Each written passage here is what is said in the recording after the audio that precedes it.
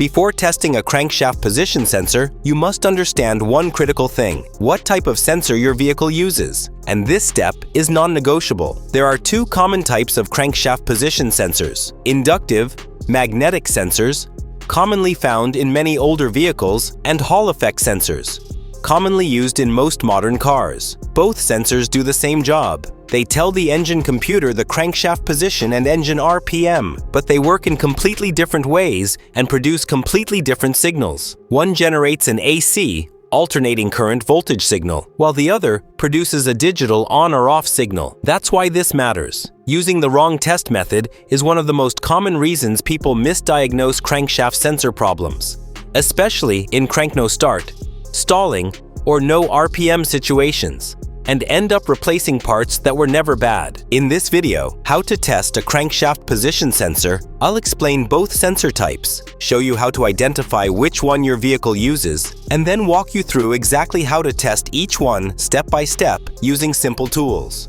Make sure you watch until the end, because missing just one step or misunderstanding the sensor type can lead to incorrect test results and costly mistakes.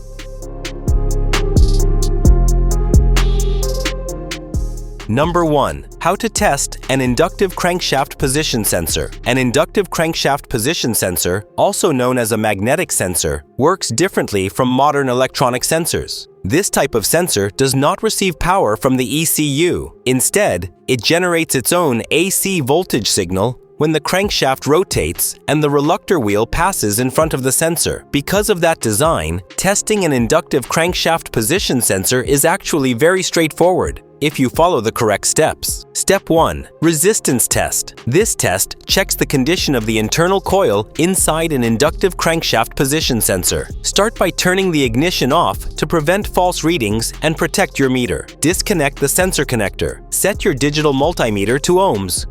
Place the meter leads across the two sensor terminals. A healthy inductive crankshaft sensor typically reads between 500 and 1,500 ohms, though some vehicles may fall anywhere from 200 to 2,000 ohms depending on manufacturer specifications. If the reading is infinite, OL, the internal coil is open. If the reading is near zero, the coil is shorted. This test does not confirm signal output. It only verifies that the sensor is electrically intact. This resistance test does not apply to Hall effect sensors. Hall sensors must be tested for power supply and signal voltage, not resistance. Step 2. AC voltage test. Cranking test. This test confirms whether the inductive crankshaft position sensor can actually produce a signal. Set your multimeter to AC voltage, alternating current. Back probe the two sensor wires so the sensor remains plugged in. Crank the engine and watch the meter. A healthy inductive crankshaft position sensor will typically generate 0.2 to 1.0 volts AC during cranking,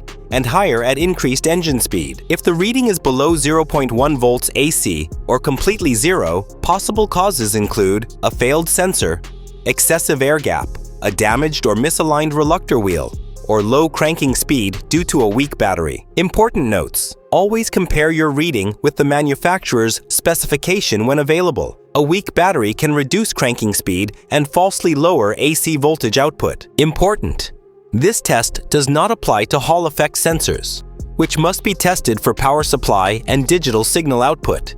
An inductive crankshaft position sensor is simple by design, but it must be tested correctly. Because it generates its own AC signal, the two critical checks are resistance, to verify the internal coil, AC voltage during cranking, to confirm real-world operation. Skipping either step often leads to misdiagnosis and unnecessary parts replacement, especially in no-start and long crank conditions.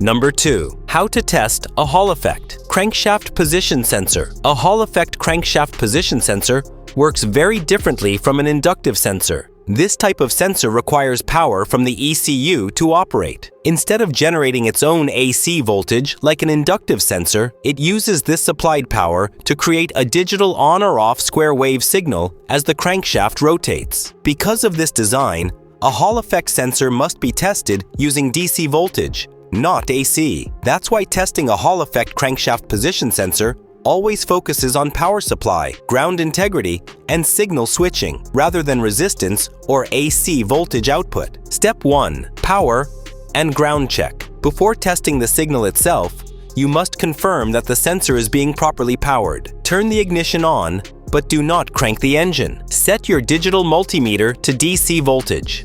Check the power supply wire at the sensor connector.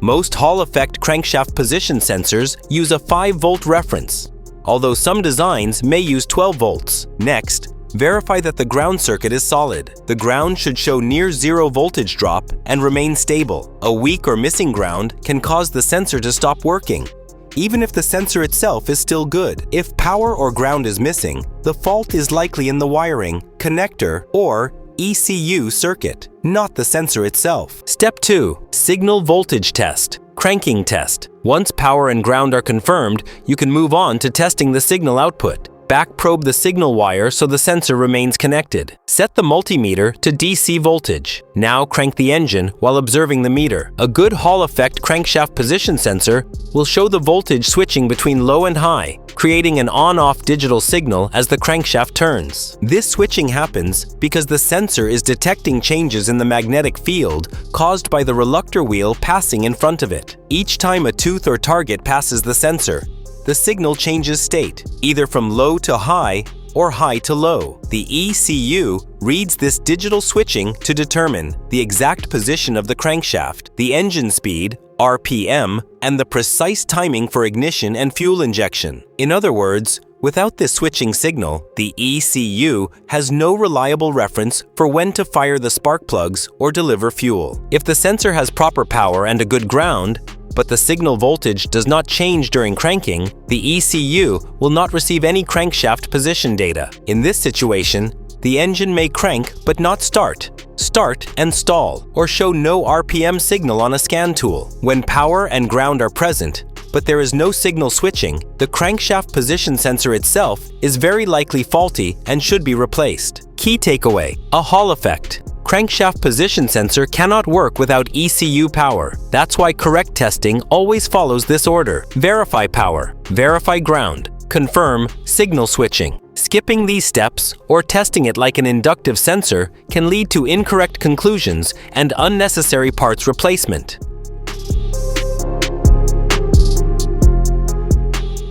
Always identify the crankshaft position sensor type before you start testing. Even though inductive and Hall effect crankshaft position sensors serve the same purpose, they operate differently and must be tested using different methods. Understanding this difference is the key to accurate diagnosis, saving time, and avoiding unnecessary parts replacement. If this video helped you better understand how to test a crankshaft position sensor, make sure to like the video, subscribe for more practical automotive diagnostics, and leave a comment below if you have a specific vehicle or symptom you'd like us to cover next.